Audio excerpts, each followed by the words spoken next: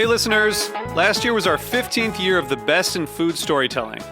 As we head into 2025, we're kicking off a contest in collaboration with the podcast series Feast and Harmony and Sixth Man, where you have the opportunity to win a 4-night cruise for 2 on Chefs Making Waves, a food, wine, and spirits festival at sea. When you donate to HRN, you'll be entered for the chance to win a porthole cabin for 2 on Chefs Making Waves, sailing May 5th through 9th, 2025, from Miami to Cozumel, Mexico on Norwegian Gem. You'll also support another year of great food storytelling with a portion of your donation going toward disaster relief for the food and beverage communities within Western North Carolina and Southern California. This cruise is a once-in-a-lifetime opportunity for culinary adventurers, featuring top celebrity chefs including Jonathan Waxman, Antonio Lafaso, Robert Irvine, and many, many more. There's a myriad of experiences such as restaurant takeovers, live food and mixology demos, themed parties, and more. To enter your chance to win, please visit heritageradionetwork.org/cruise. Terms and conditions apply. You must be 21 or over to enter. That's heritageradionetwork.org/cruise. This episode is brought to you by Wisconsin Cheese. There's a reason when you think of Wisconsin, you think cheese. Cheese is a huge part of Wisconsin's history and future. In Wisconsin, the state of cheese, the tradition of cheese-making excellence began 180 years ago, before Wisconsin was recognized as a state. Immigrants traveled to settle in this lush green hills of Wisconsin, bringing their cheese-making traditions with them. These storied skills, combined with the freshest milk available, created a cheese-making culture that is uniquely Wisconsin. Wisconsin's 1,200 cheesemakers, many of whom are third and fourth generation, continue to pass on old world traditions while adopting modern innovations in cheese-making craftsmanship. Find your next favorite cheese at wisconsincheese.com. Hey everyone, Greg Benson here, and if you're a regular listener of The Speakeasy, you probably know by now that I've been working to bring 100% pure, actually good-tasting agave nectar to the United States for a minute, but I wanted to give you a bit of an update. I actually got to travel to the farm where these amazing plants have been growing for decades, and it was just a genuinely moving experience. I got to see these agave in their natural habitat and see what it means to Rogelio, the farmer, to be able to care for the descendants of the same agave that his grandfather was growing almost a full century ago. That's why I'm proud to announce Quixote Imports, a new venture that's dedicated to preserving these agave and, yes, still bringing in the same fantastic, earthy, lightly fruity agave nectar that's going to make you wonder why you've been wasting your time with the crap at the grocery store. Plus, our fans here at the Speakeasy can get free shipping at checkout with promo code SPEAKEASY, so don't wait. Head on over to QuixoteImports.com and see what agave nectar is actually supposed to taste like, and use promo code SPEAKEASY for free shipping. Salud. You're listening to Heritage Radio Network. So you don't shun the devil with your rock and roll load. Knows that country music's gonna save your soul. The devil finds his groove in them rhythm and blues that send. It's gonna get you sun in the air. Welcome back to The Speakeasy. I'm Damon Boelte. I'm Sother Teague. And I'm Greg Benson, and happy Ides of March and National Corndog Day to you two guys. Yeah, beware the corn dogs of March. Didn't realize those were on the same day. That's fun. That's it's good very timing. Shakespearean, you know. Yes. The thing is, this month is great because we start off with, I looked at all the kind of like internet holidays, and but I kind of cherry picked some of the better ones that kind of apply to food and drink. But Fat Tuesday, obviously, a couple weeks ago. Hell yeah. Which is also this year, it fell on National Snack Day, which is great. What? Oh, that's convenient. 3/6 is National Hospitality Day. 3/8 International Women's Day, which we'll get to in a second. At the time of this recording, it's Aztec New Year on the 12th.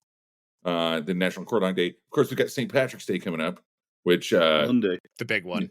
The big one. T's and P's to all of our friends out there at Irish bars. Hope you Yeah. got your Guinness in by this point, because if you're hearing my voice and you're thinking, "Oh shit, it's too late," It's too late. and may God be with you. Yeah, exactly. You however, should did- close did- for the day. However, did you see that Jack McGarry is actually kind of going all in on St. Patrick's Day at the new Dead Rabbit down in it's Texas, right? He's in Texas also. It's in Austin. Yeah, totally. And what else we got here? The 20th is the first day of spring. 21st is Vermouth Day. Vermouth Hell Day. Had no idea that even existed. Then, of course, towards the end of the month, the 3/24 is National Cocktail Day. So you start with Fat Tuesday, end with National Cocktail Day. It's a pretty and everything in between. But for that whole month, it's also National Women's Month, and we have a really amazing guest today. I have to say, hailing from a town in Texas that I have a soft spot for, only for like one other reason than the great cocktail and food scene. And I'm left-handed and I play guitar. There's a left-handed guitar shop in Houston, Texas, and it's like Mecca for me, And so and it's great because I can go there during the day, walk around, play all these left-handed guitars, and it's overload, totally like opposite day because compared to other guitar shops. And then I go out that night, have a bunch of drinks, and convince myself to buy one of them the next day before I fly back. Perfect. So, and a great place to do is this place called the Leftorium? Because that seems like it just leaving a great is. joke on the table. Ned If not, Flanders. Oh, there's a lot of those on their Instagram feed. The place is called Southpaw Guitars. So also a good name. Yeah, but just up the road from that place is a place called Julep. And today we have Alba Huerta from Julep. It's so awesome to have you on the show. And you're at the bar right now, which is really cool. I feel like underprepared for this, but my bar is about 3,000 miles away back in Brooklyn, and I'm in the Bay Area right now. So one of these days we'll do one from there. But welcome to the show. Thanks for having me. Yeah, I can't believe this is your seems first overdue. time, right? That's what I'm This is my thinking first too. Yeah, time it now. seems overdue. That's crazy. We've been doing this show for almost 15 years. Wild. Okay, well, welcome anyway. So yeah, let's get into it. So you're currently at your bar in Houston, Texas, which has won a bunch of awards. You have I don't even know where to begin. Guys, get in there for me. Well, I mean, Well, let's I guess start there. I want to kind of ask a question about your bar just to start off, and hopefully this will give us and the listener a good kind of insight into the what makes you tick, the way your mind works. But I'm always really curious when I see bars that are named after a specific drink, like what the significance of that is to you. So why Julep is the name of your bar? What about that made you just be like, yes, this is what this space is called? There's a few reasons, honestly. I'll give them all to you just because they kind of all make Please sense. do. I don't have like one reason. But I think when I signed the lease for this property, I'm actually in a space that is an auxiliary space that I built into a parlor that used to be like, it had so many iterations. Like it's been almost 11 years. It'll be 11 years in July of Congratulations. actual opening. But the lease itself was signed in 2012, so the lease is longer than the actual space at this time. And when that happened, I feel like there was something happening in Texas where bars had names that were iconic to like an area or a space, or like a person. And I was like, okay, well, what do you want to represent and how do you want people to perceive you, right? So I found that the word julep was very encompassing of a Southern feel, like a Southern cocktail. Like you might not necessarily like a julep or know, or ever maybe had one, but you understand that it has a regionality of it rather than like a very specific place, right? Like it's not like, I'm not like a bar inside of a hotel. I'm a standalone building that is making cocktails at this time. Let's go back to 2012 in a very classic style, and also wanted to have the influences of our ingredients and people that are around us. That was a time when it was the scene was very dominated by New York, San Francisco, and that's where we borrowed a lot of our ideas, and we learned a lot from those markets. And I think at that time I was like, okay, well, what is this? How is this going to different? Because we're not in New York, we're not in San Francisco, we're in Houston, Texas, and to become a part of the culinary scene here, which is very still like one of my favorite scenes. I think it's like Mexico City, Houston, Texas. I feel like are my favorite places to go out and eat. There's a lot more in there, of course. Those are just very accessible to me. And how do you fit into the fabric of what is the culinary scene, right? And so and also like maybe at that time, I don't remember very few women who were, there was very few women who owned bars. And I love the name Julep. It had a very almost like softer feel to it. And I don't know if that's the right word, but like there's something about it that I was like, okay, that feels a little bit feminine. Maybe I don't know if that's right or not, but to me it did, right? My friend Andrew Knowlton, who used to he was the main editor at Bon Appetit. Yeah. His daughter's name is Julep, his first daughter. So it's Right. like and to me the Julep. Sorry to sidebar here for a second, but it is that. I mean, it's this like floral thing. It's got the mint, but then we also think about like it's like just straightforward spirit. At its heart, it's very tough, but beautiful at the same time, and also it predates bourbon. So I think that's kind of cool. Right. Like we think about what we can talk about. I'll let you talk about that, but it's pretty cool that the thing that we kind of reference to Kentucky for the Derby. In bourbon, it's like it pre-exists, bourbon. Right. So, sorry, go ahead. But I love that you thought of that way. That's really cool. Mm-hmm. So, continue. I'm sorry.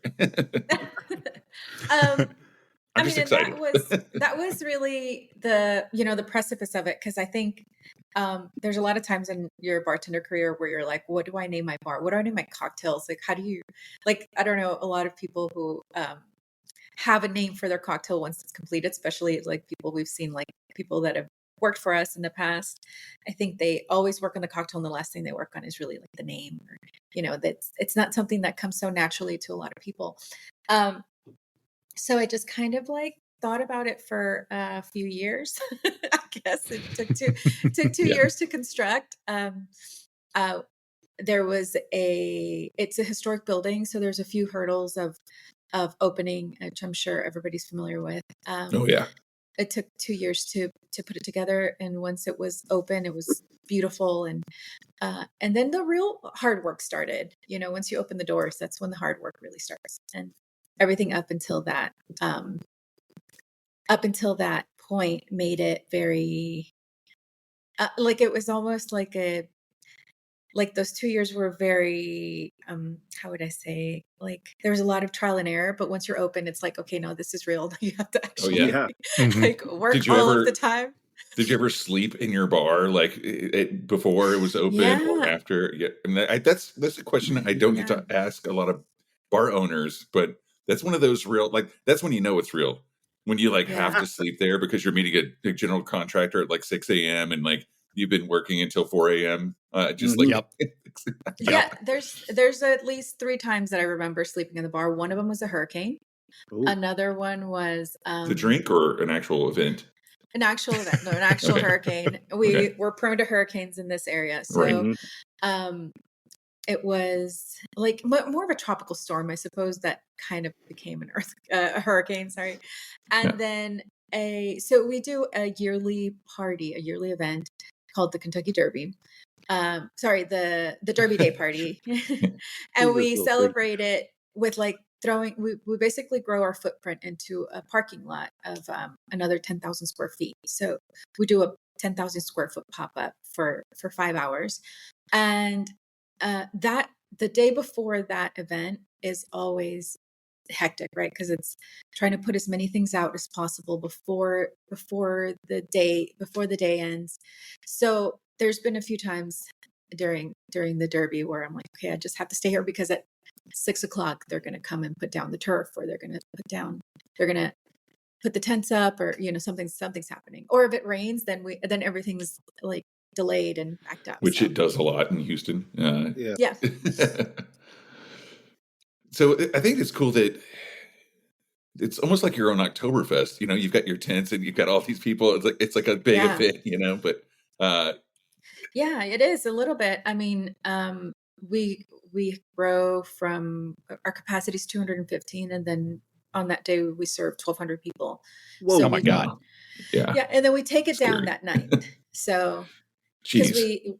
we just can't leave things out. It's like no. And then I've done it a few times. Like this will be our 11th year during this Derby Day party, and I'm like, okay, so the longer I wait to break it down, like the worse it gets. So now I'm like, no, Sure. let's get it down.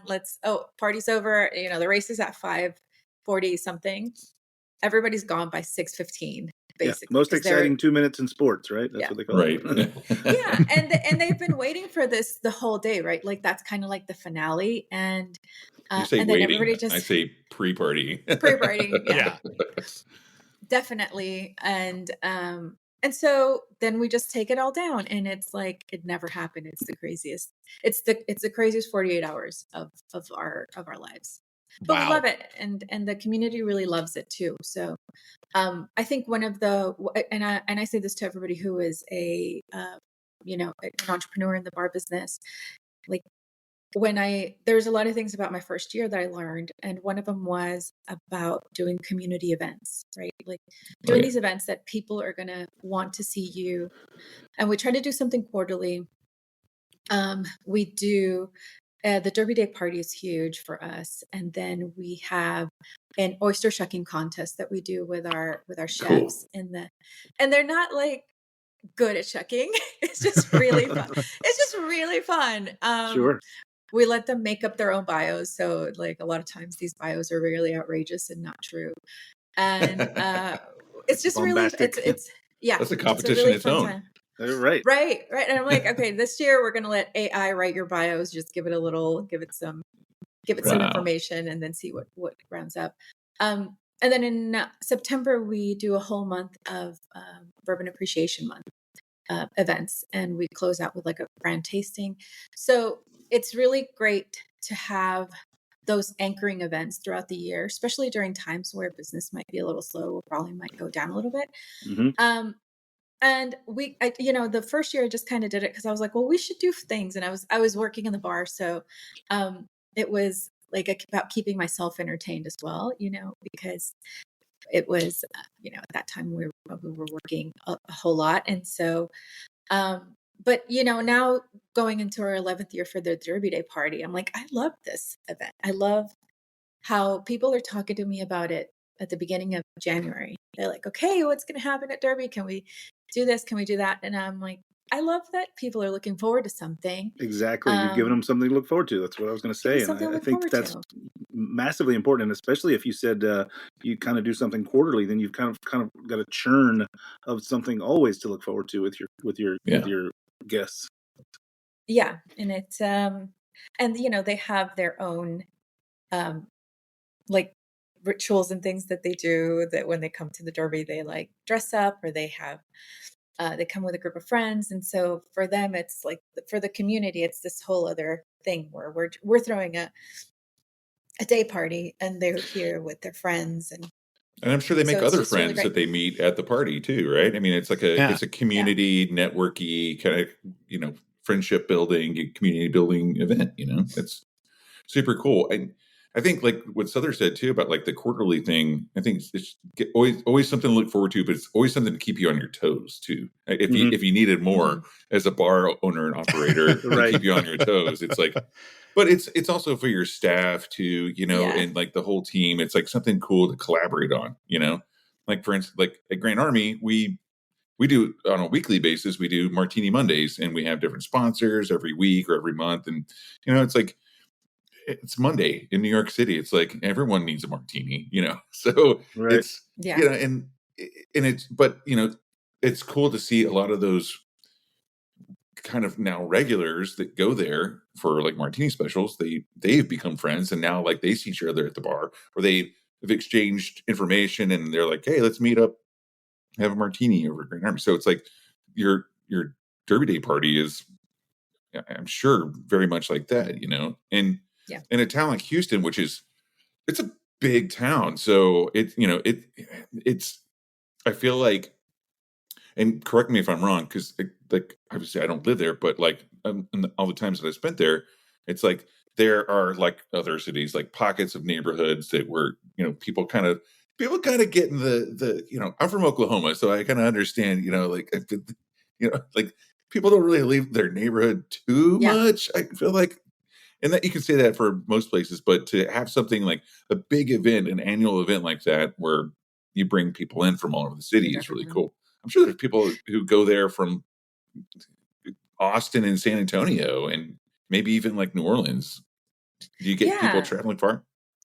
We do. What we get people traveling from Austin. I have a lot of regulars that come from Austin, but we also have people that used to come and maybe moved away and come back for that event. Right. Yeah. And so there's a lot of like, I don't know, tourism happening in that sense. I think that, Homecoming. So one thing, homecoming. So we, during the pandemic, we closed for 13 months because it was this opening and closing, like bleeding of the bank account that I was like, this isn't working. So what we did instead for 13 months is we had a little delivery truck that we would take your drinks and we'd do like a little party for you and your neighbors. And we're kind of like a food truck, but you had to order it in advance. And cool. And people loved it, during a time where most people didn't want to be inside. We didn't want to be inside. My staff didn't want to be inside. So so when it came time around where I was like, okay, I love this truck, but now we have to reopen. Like it's time to go back to work, which is what I imagine a lot of people are going through right now, where they're like, oh, we have to go back into the office again. It's like, it kind of feels like that a little bit, And I was like, what day am I going to open? I was like, oh, I got to open on Derby Day. Like Derby Day will be our first day because everyone's going to wonder if we're open or not, right? It was a time, you got to think about it in 2021, where it's like, are things open? Are they not open? What are your hours? What is this? Like there was a lot of rules where I'm so glad we've gotten away from that, where now people have the stability of like, we're open regularly and we can see you all the time. At least the bar here has gotten back to that. And it was a time where it wasn't. And so I was like, iconically, people are going to think about us on this day. So we got to say, hey, we're open now. We're open forever, hopefully.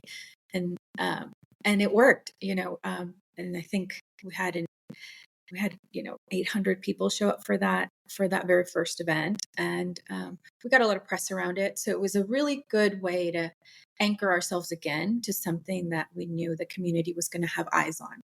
So that so then from there, once we opened, we weren't suffering from like, oh, we don't have enough volume, not enough people know, we're not doing enough marketing. It was like, no, boom, it happened. It was great. And since May of 2021, we've had the doors open, which has been wonderful. Big impact to get the word back out there, and huge and excitement. Like what a signal flare. We're here. We're back. Totally. But I want to ask: is the truck still in existence? Did this open up a new revenue stream for you that you continue to go with? Or? I mean, the truck still exists. The truck is still wrapped. It's really cute. We can talk off air about whether or not the truck is still making deliveries on the QT. It's fine. Oh, I see. Well, so there's a few things that happened. Gas went up to a point where I was like, I don't think we can. Gas was really affordable during the year and sure that we were utilizing the truck. People have gotten away from those outdoor parties. They've gotten away from the socializing. So people miss the bar too. I mean, just people miss the bar. Inside. And you have to remember, like, this is Houston, Texas. It's 100 and something degrees outside. Like, exactly. There's better options, I think. However, we do rent it out for parties and events if someone asks us for it, but it doesn't have this consistent flow of use as it used to. Yeah. I want to Wait, Greg, you go first. You go Okay, first. I want to ask because I've actually I think I'm the only person on this call who's never been to Houston. Although I'm going at the end of this month, so cool. let's get in touch. Come see us. Yeah, I absolutely will. Thursday the 29th. You will not be able to get rid of me. So okay, well, I'm going to true. put your picture We've up and fed him everything. once, and People he's are been going here for years. just moved in and stayed like a possum. You just can't get out from under the porch. Anyway, I would really love, because you said you've been doing the Derby Day thing for 11 years, which tells me the bar has been in existence even longer than that. And I'm sure you have seen the city evolve, but also the sort of cocktail cognizance of the people that live there evolve as well. So I'd love to hear a little bit about kind of what it was like when you kind of, ran your flag up the flagpole for the first time, and how you've seen just, the quality of the cocktail game in the city change, the city itself change, and kind of just the level of what your guests expect when they come up to your bar. Even nationally and internationally. And take all your time, because Greg just asked the exact same question I was going to ask. Okay, Perfect. Great minds. Kind of not far from mine too. I was going to ask about sort of the evolution from sort of classic cocktail bar to sort of more modern techniques. So this all kind of ties together. Oh, I love that, Sother. Okay. So I think Damon mentioned earlier about people staying in their neighborhoods. So that's different about Houston. Houston doesn't have zoning. So, I mean, it has indirect zoning. It's not like we can just put up bars everywhere. I feel like it's more like people who go to Fitzgerald's, and then people who go to, Anvil or Julep. I know. Maybe, Well, maybe there's that. So Fitzgerald's is now a parking lot, which is the saddest thing. You mentioned Fitzgerald's, but yeah, I know. I know. It's such a great place. But so without zoning, you really have access to a large city, right? Where if you have good standards of hospitality, where people really appreciate what you're doing, and if you're consistent with it, I do think the consistency of it has a lot to do with just hitting that chord in the community and having people come back and trust. Like, there's a lot of trust that you're going to be there, that you're going to be open the times that you say you're going to be open. And all these things sound really elementary, but they're really honest to God, like the things that make us stay open for a very long time. The community itself has, like, everyone here loves to drink and eat. Like, there's really okay, so I'm gonna like it there, is what you're saying. Yeah, outside of extracurricular activities, like I mentioned, it's hot outside. There's not a whole lot of, there's a good core group of people who love to go to the park and work out and stuff. Then there's traffic that people hit. So if you can capture these good happy hours before, somebody is like driving out to their house in the suburbs or something like that, like, you just really have a larger pool of access to a lot of people who are looking for a space where they can get to know other people. So the biggest difference between Houston and New York, as far as this one thing I'm talking about, is that, like, you guys are in public transportation all the time. There's always a lot of crowds. You're in these big crowds. Like, we don't see that throughout the day. We see the big crowds in restaurants and bars, and they crave for that community, right? Because they're not living in a space. They're constantly in their cars. Like, we drive everywhere. We're constantly I in guess our that's cars. kind of what I was talking about before. It's like, you don't see people on the street. A lot of times people don't even walk on the street, because, again, it's not just because, it's like, the streets aren't finished. I mean, don't start walking down the sidewalk in Houston, because it might not have been completed. Like, it'll just be a big lot of grass. Like, they're just like, nobody uses these sidewalks. I mean, that's an honest to God truth. Like, I've had so many friends who are like, I was walking my baby and the sidewalk ended, so I just turned around and I came back. I was like, okay, where the sidewalk is, right, was written about Houston, Texas. Yes, it's so true. And sorry, Sother, you go ahead. Go ahead. Sother, you mentioned something about classic cocktails and modern techniques. Yeah, I think that, the bar's been around for as long as it's been around. And I know that the sort of founding ethos of the place was centered around, you named the place after a classic cocktail, was sort of classic cocktails. But obviously things have to evolve and change. What's been the evolution there at Julep towards, like, more modern techniques, more modern ingredients? and how has and obviously it's been successful for you, but like how has it changed is basically what I'm asking. Give us a snapshot of that. I mean, it's I'm actually sitting in it. So the parlor is kind of our for a few reasons, right? The parlor has a limited space. It has a like a moodier vibe. It's a little bit like darker in here, more sultry, where the other space of the main bar, it's very bright and it has white walls, whitewashed ceilings, copper awning over the bar. So the two spaces kind of feel differently already. And this is a patio that was enclosed. And so in that enclosure is where I was like, okay, well, this needs to feel, um, which by the way, when it was a patio, like it was so hot outside. It I was was about to used say it maybe needs to twice. feel air It was conditioned. used like maybe twice a year. It needs to be less hot, right? And in that premise, and this kind of happened over the course of the pandemic as well, right? It was like, okay, well, this should have a different menu. Like, what is the conversation that we're having right now? Cocktails with these more modern techniques.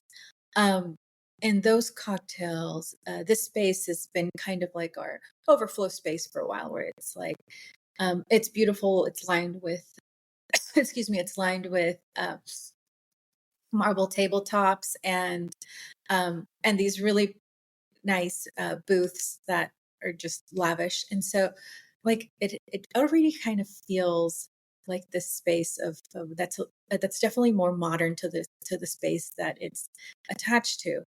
Um, and that's where the conversation about those techniques and those cocktails started, where there's a lot more preparation that goes into the drinks that are going on this menu.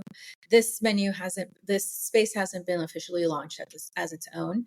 Mm. I hope to do that hopefully by, I love using the Derby Day party as a way to launch things. So I'm gonna Sure. do that again.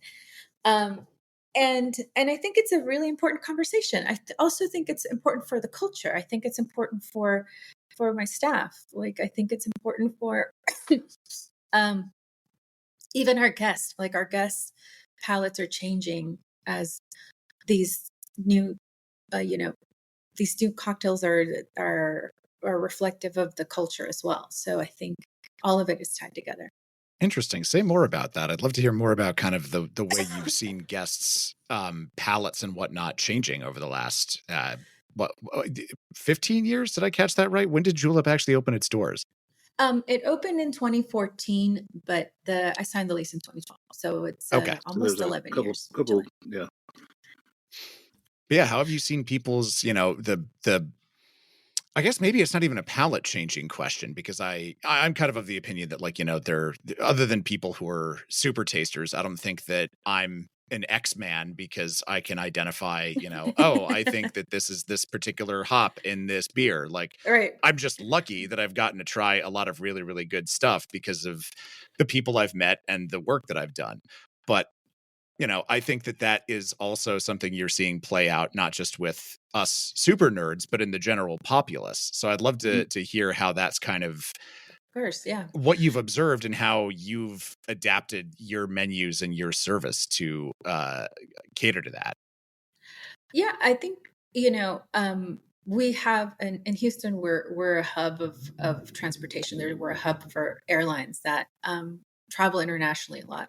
So we see a lot of our consumer go to the 50 best list. They'll go to the James Beard's listed event, like restaurants, venues. And in those spaces is where they're tasting these, like we had so many people go to the aviary and they're like, oh my God, these things. And like so in travel and in them finding these spaces in other places, and then these lists are also creating what is considered quality best or excellence in that regard. And as that happens, the palette of the consumer changes, right? It would be a different story if my customer base didn't really travel, if they were just really in Houston and they would, but we're not that, that they aren't that they travel all over the world. And in their travel is where they find, when you go somewhere, you sit down at a restaurant and you drink at the bars that your friends there told you were great. And so being a part of that is, like, they bring back those ideas and those flavors and they tell us about these drinks that they've had. And so that's how I noticed that their palates are changing and how they're being influenced by other places, which I think is fantastic. I feel like they're the consumer. I no longer, and in consumer behavior, I don't know. I think I should have graduated in consumer behavior. I'm obsessed with it. I'm so In a way, you obsessed with it. have. Like, Yeah. right. for real. I've had a first view of consumer behavior. But I think that's the, in cocktails in general, I think that is the demographic, that is our worldly demographic, right? They're going to be traveling, they're going to get to know these different places. Like, I can have somebody walk in here who just came, like, they came from Mexico City and they went to all the places that we recommended and they had a fantastic time. And so there's something there that's happening as well to, I think, our palates and as well to our consumer palate. Our consumer is much more educated than it's ever been. Mhm. When we reopened after the 13 months of being closed, I think a lot of our consumers could make their own drinks. Yeah. They didn't necessarily want to. Yeah. They wanted somebody to make their drinks, but they had taken enough classes. They had learned enough technique to make themselves almost incredibly boozy cocktails for themselves. Now, Oh yeah. there's Yep. there's a different interest in the consumer that I think is very important to always kind of keep your eyes open and listen, right? Like if you had this fantastic lacto fermented like pina colada drink and you were you come back and you're still talking about it, like it's in our purview to say, okay, let's make some drinks that people are going to walk away and go somewhere else and talk about how great they are, right? Right. Well, and I think it's important to note that you travel a lot as well. And of course, you're in this business, so you're keeping your eyes open too. So, even your own personal travels are informing your palate and informing, kind of the Yeah. things that you get interested in. And you want to bring those back to your spot and share them with people as well. And I know, just shifting topics a little bit, I know that it's important to you. It's Women's History Month, and we're happy to have you on. I know that you're a champion for women in our industry and at large. And I know you're also of Mexican American heritage. Like, how are you, embracing those parts of yourself and promoting them with the brand that is Julep? I think it's inevitable, right? Like, I don't ever get to stop being those things. Like, I don't ever get to say, oh, well, I'm not a woman today. Like, those are in very, very much on the forefront of how I make decisions, on how we build teams, on, I have a good management team. So working on, separating like operations and innovation. So innovation works on bringing in business growth, and then operations is very, very sturdy, right? And so there's like, how do you combine the two sometimes, or even become like stay on the creative side and then work on the operational side. And so, not to say that they don't cross over at all, but it's really nice for me to be able to put those two things in different buckets so that I can be able to kind of like go back and forth. And I think in Houston, I'm very blessed to have a very diverse staff, and that has to do with the city, right?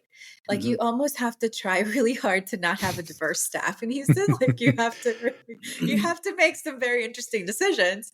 But we're very fortunate to have, it's a new immigrant city, so we're very fortunate to have a lot of our staff still, and even our guests still have very close connection to the source of where they're from, right? Mhm. To be really connected to those places, their heritage. And that includes me. And one of the things that I love doing with my team is that we ask them about what are the flavors that they grew up with? What are the things like when we're in cocktail development? So it makes a really interesting menu because everybody's from somewhere else. And so, and it also appeals to our guests. And and it's just kind of inevitable, I guess, is my it's for lack of better words. It's almost, you almost have to intentionally not do it in a place like Houston. You know, I always say that, like, I like, oh, kids these days, am I right? You know, Here we go. but like the greatest first gift that anyone could get to me, like, is a passport.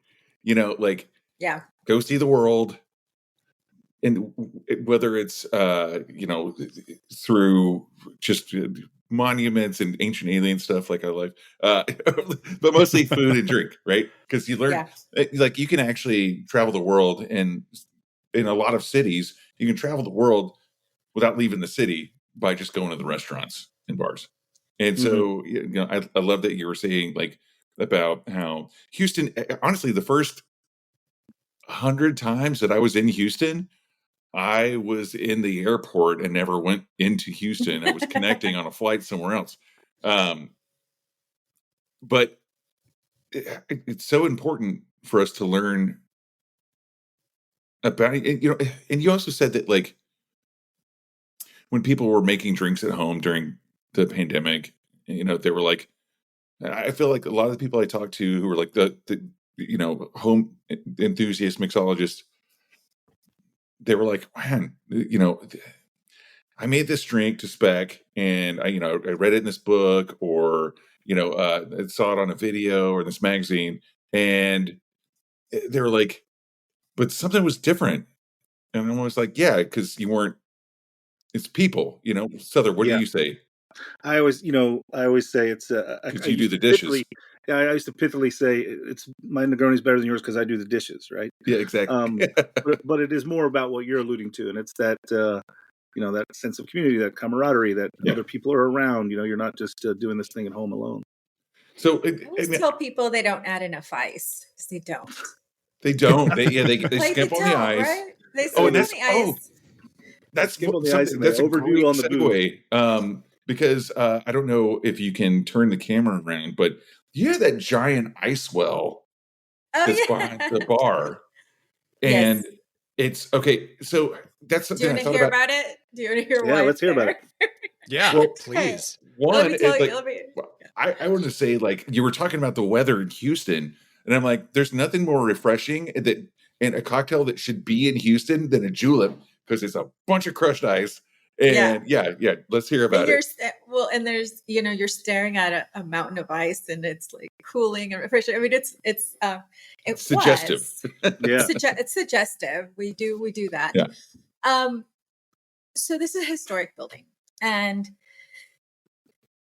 it's you know, it costs so much money to move. What are they called? Like supportive beams, like those are just impossible to move. Almost $50,000 to move each beam. So in order to avoid $100,000 increase to the already very over budgeted, like load bearing members, that kind of thing. Is that what you're talking about? Yeah. Mm-hmm. Yes. So it had to become a circular bar, or almost like quarter moon, I guess it would be the best way to. Which is great. Now, if you think about that, and you think about a back bar that is in a rectangular shape, or like an L shape, there's a lot of space in the middle that you have to cover in order for people to walk back. So creating that middle island served a few purposes. It had space underneath to be able to stock bottles for those things that were high volume. On the other side of it, so it's functional underneath. Everything that's on top is really beautiful, but underneath it has a dishwasher, a freezer, a refrigerator, and then a lot of shelving for restocking bottles. And what it created was a space where it wasn't like a slip and slide behind the bar for bartenders to just kind of like cross over 6 feet to be able to get to something. And that's where I get my steps in, though. Yeah, right. You're gonna get your steps in. Don't worry. Oh yeah, we'll get your steps in. We'll get your steps in. But I think and that's how that came to be, where it was almost like, okay, well, we still, and the same thing for the awning. So the awning had to connect the two spaces, because then it was still like a really awkward space, like everything behind the bar felt awkward. And in not moving those support beams, it created an opportunity to be really creative, to build something really beautiful. And it's been great. The island is I don't think I'll ever build another bar that's that shape, but Yeah. but it's what we've been able to do with it has been beautiful, and it does kind of push your creativity, which I imagine is something that, these larger cities like New York, where real estate is so limited, you have to become really creative with those spaces. Oh yeah. Mm. And Yeah. Perlick doesn't make a 30-degree half moon No, Right. they prep don't, area / ice No. well. I asked and they said no. Yeah. Yeah. They were like, Maybe no. you should get in a bidding war with Crown and see if Perlick and Crown can go head to head. Right. Creating. Well, wait. So we never answered the question about the ice well. What's the deal with it? It's decorative on top, and it has so when we have large events, it's functional. Like sometimes, especially for really big events, we'll put things in there, but for the most part, it serves a purpose to be just really beautiful and refreshing and really captivating to the eye. And its main function is so that it isn't a huge slip and slide behind the bar. Now with the, what do you call it? Guests often think that they have seen us put oysters in there. We have not. We just, That's what I thought at first that was for. Yeah, we've never done that. But they're like, yeah, you guys just put oysters in there. I was like, no, that's not. No There's oyster no infused sneeze, ice here. There's the no Mandela no effect. sneeze guard, and I'm also kind of like, no, but they swear they've seen it, and it's like funny how people remember things, There's also like a little fan on the ceilings that is also decorative, because the motor kept burning out, and I was like, I'm just not buying that motor again. That motor is like $1,000 every time I have to replace it, and I'm just not doing it. So people are like, yeah, it came in and the fans and I was like, oh, the fans were working. Okay, I did not know that because. But it's like you remember things differently because of we made you feel a certain way, that you saw all these things happening, and we're like, oh my god, your mind fills in the blanks. We made you feel a certain way. That certain way is drunk, is what we made you feel. Speaking of that, I would like to get back to the. I would like to get back to. We kind of dipped our toe in it, which is a terrible way to talk about a cocktail.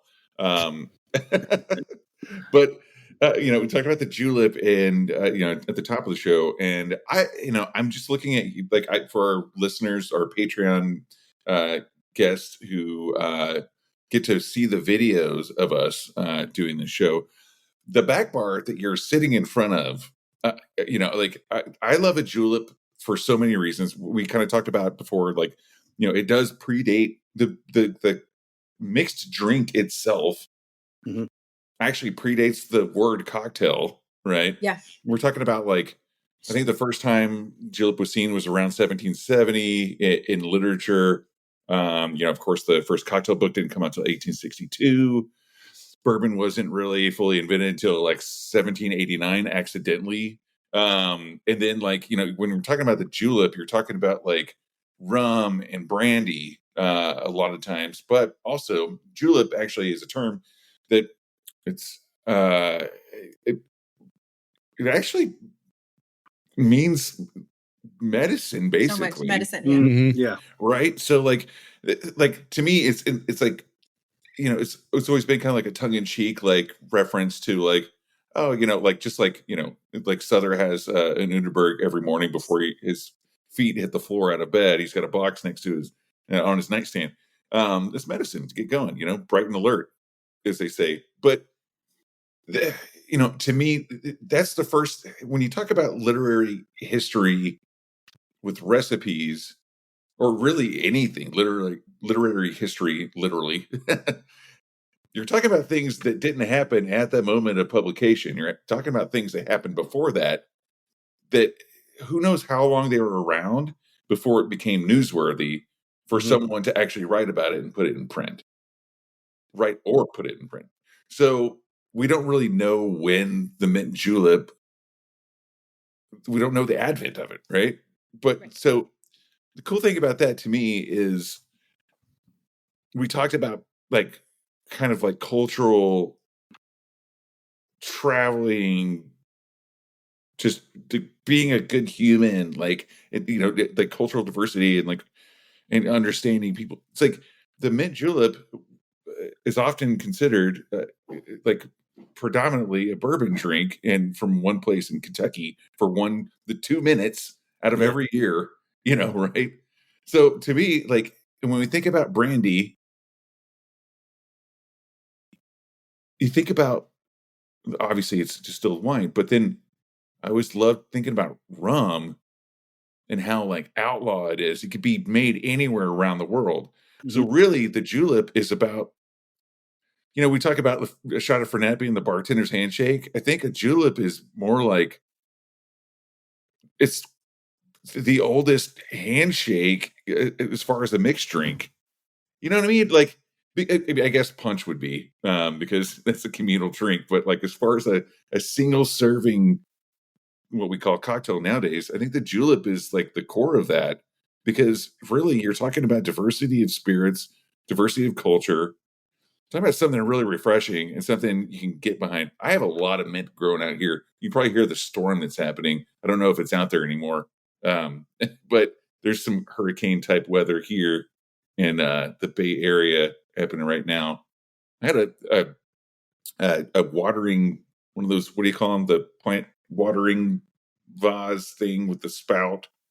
I don't even know what's A watering can? Is that the water word can. that Yeah. you're So searching for? yeah. Yeah. Well, I had a redwood fall in my barn and my old pickup truck and crushed them a few months ago. And so Mhm. this morning I was literally rattled because that thing, the wind blew it off my front porch and it was so loud that I thought the rest of my barn had fallen over.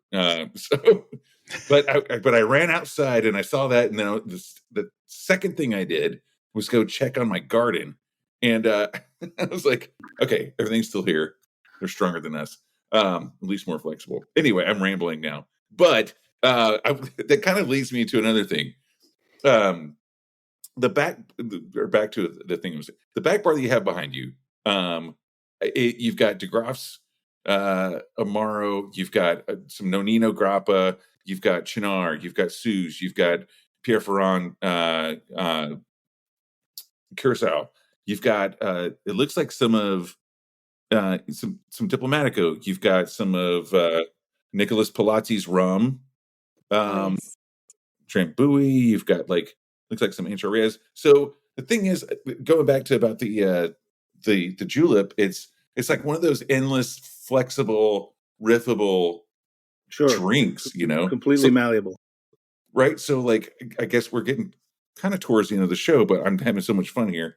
Um, I wanted to know like what was like, and this is kind of a throwback to something we talked about earlier in the show. About the culture of cocktails and about the consumer and the trends and everything that has kind of moved over the past, over a decade for you. Like, what were some of those like julep recipes that you had on the menu then that really struck a chord with people to now, like as far as those differences of in it, like it, for such a archaeological cocktail, like talking about like some of the modern techniques, like give me like a menu one to menu now difference in like if you can remember. I know it's been a long time. I mean, honestly, there's a few drinks that we just can't take off the menu, and I think Sure. that speaks to guests. Our that we have a base of our customers that really have been with us for a long time, right? And so there's I can think of like three drinks that we absolutely can't take off the menu, or people will just like shuffle through a menu and just like lose it. Like, where is it? It's like we can still make Right. it. So we have to print it. And those are we have a large format cocktail that is a made with bonded spirits, and it's the way that we serve it is that we serve it with and this isn't a big deal anymore because everybody does this, but we've been doing this for 10 years, that we serve it like bottle service style. We bring you three things to match it with, to be able to pair it with, and large format ice cubes, and we pour it out of this decanter for you. And there's something in the service that people have always loved. And now I'm like, all drinks are served that way. Yeah. so Thinking outside the glass. But in 2014, we were doing this, Right. and people love that drink, but they also love walking in and not having to think about what to order right away. They're just like not having to skim through a menu. They might be in a meeting. They might be with some business professionals. They might be in an intimate, relationship with somebody. They might not want us to be, like they might not want to be looking at a menu right away. So it's something that they can always rely on, and they know that we're going to have, and they love the service of it. The other cocktail is the cherry bound sour, and the cherry bound sour has had some iterations because we make cherry bounds, and throughout. Now cherry season starts really early now. It used to be summer for us, and now I'm like, it's like January. I'm seeing cherries. I don't know how that's happening, but we take advantage of it.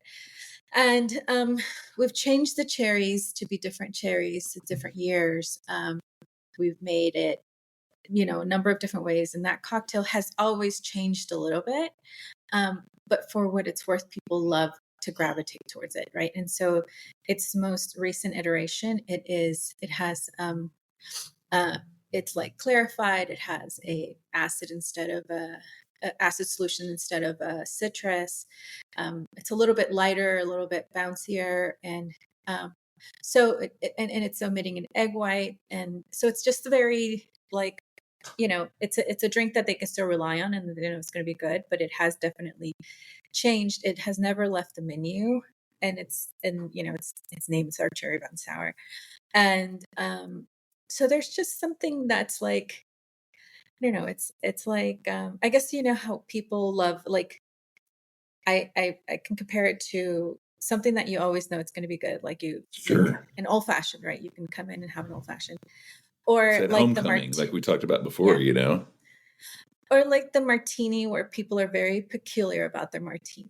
And Sure. it's like maybe Never like heard of the that. only like it's the only drink that people are like, I want it like this, like this, like this, like this, with these things.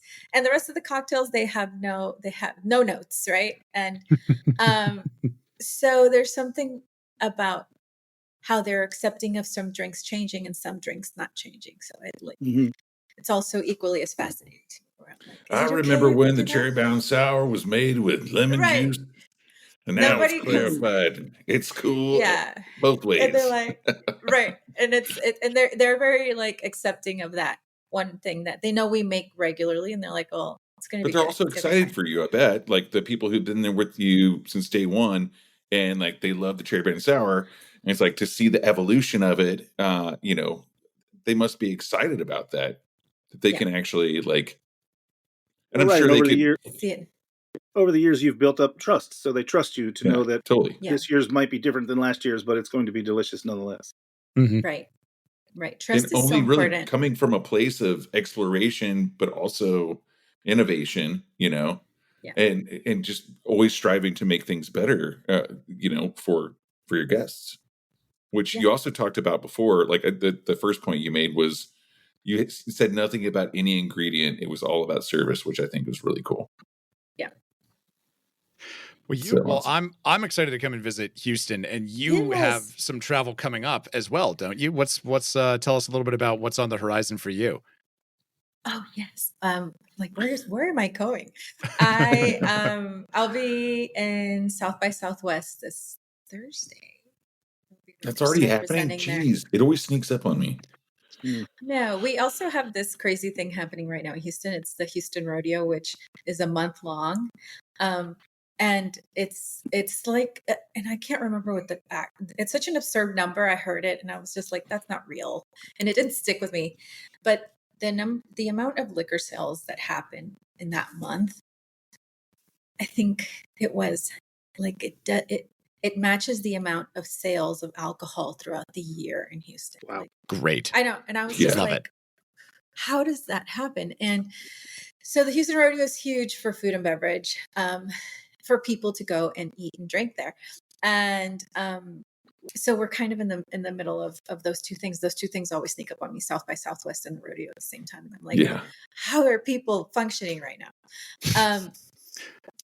But yeah, those are my big travel plans. I just got back from this beautiful hotel, Las Ventanas del Paraíso. From it's a Rosewood property in Cabo, and we did a pop up and a masterclass. And so I'll tell you this, like I had such a wonderful time, and the staff there is so nice, and and not just the staff at the restaurant, like everyone at the property is so genuinely kind and happy to help you. Like they're so excited for you to feel good and relaxed.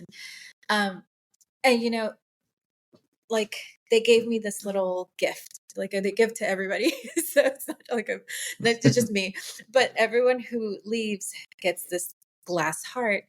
Now throughout the property, you'll see this tree with like these little glass heart ornaments, and it's the only tree that is not natural. Everything else in the property is succulents or cacti, and so it's beautifully done. The property's gorgeous. And kind of Cabo has like this desert island thing going on, and you feel it on the property. But when you're leaving, they give you this little glass heart that's wrapped in like a canvas, like a little canvas gift wrap. And when somebody gave that to me, I really felt like a genuine like gift was given to me, you know? And I was like, how is this? How did they do this? You know, because you have to think about that. Like first you receive it and it's gratitude, but afterward I was like, oh, I love my experience. I miss them. Like I miss the team. I miss the people that I met there. I generally like want to know if they're doing well, and I miss them. I'm like, this is a feeling that we should be giving people when they're coming into these spaces, right? And when they're leaving, like this feeling of like, I it's love a that. fond. And that means that you get to go back intentionality, too, which is great. Like you get to go back and visit them. Right. Is there a so I definitely am excited to come and visit you.